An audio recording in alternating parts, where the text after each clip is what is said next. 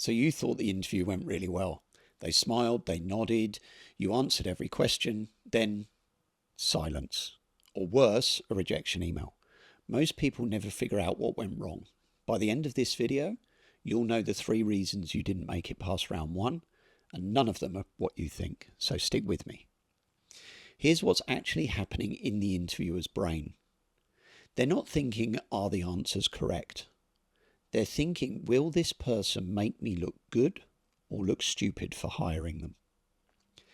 That's called risk aversion bias.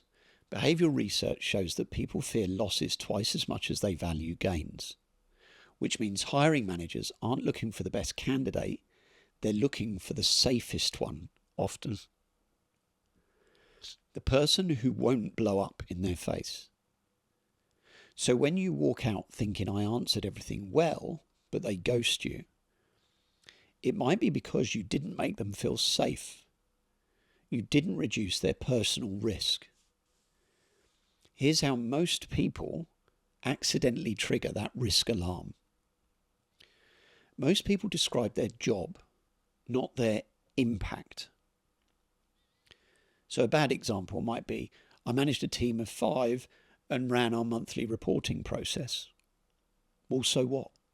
That's your job description. It doesn't tell them anything about you, it tells them about the job.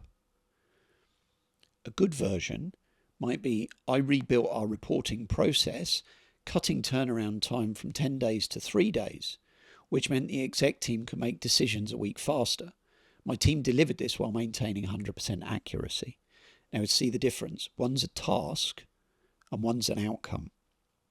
One does nothing to manage their risk, one reduces it. Hiring managers don't care what you did.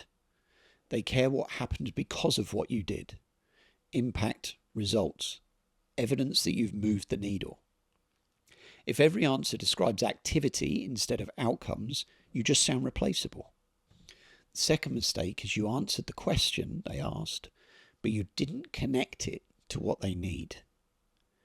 They ask, tell me about a time you've dealt with conflict. You tell a story about resolving a team disagreement.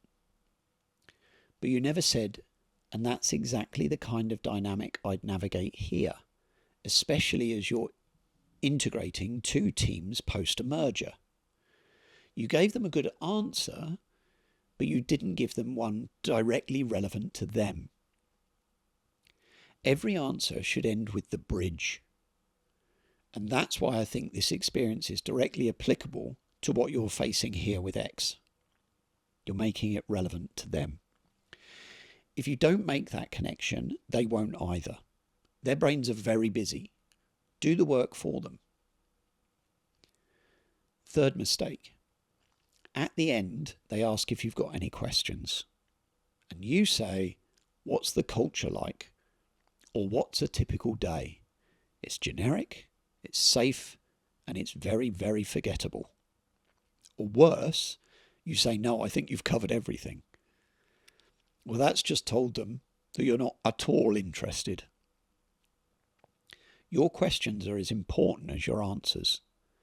They reveal whether you've done your homework, whether you're strategic, whether you actually give a damn. And in fact, the questions shouldn't be related and reserved until the end. You should be asking questions throughout. So good questions might sound like this. You mentioned the team is transitioning to a new CRM. What's the biggest challenge in getting adoption? Or the job spec mentioned improving forecasting accuracy. What's driving the need for that right now? And maybe a third. I saw the company recently expanded into Europe. How does this role support that growth initiative? These aren't just questions, they're proof that you're already thinking like somebody who works there. So if you aced the interview but didn't get through, ask yourself, did I talk about impact or just activity? Did I connect my answers to their actual problems? Did I ask questions that showed I'm already thinking like an insider? Now you fix those 3 things and they'll stop thinking, yeah, they were perfectly fine, and start thinking, gosh, we need to move fast on this one. If this has been helpful, subscribe for more Career SPARC Plus Bites, where there's no fluff, just career advice you can actually use in 5 minutes or less. And I'll see you next time.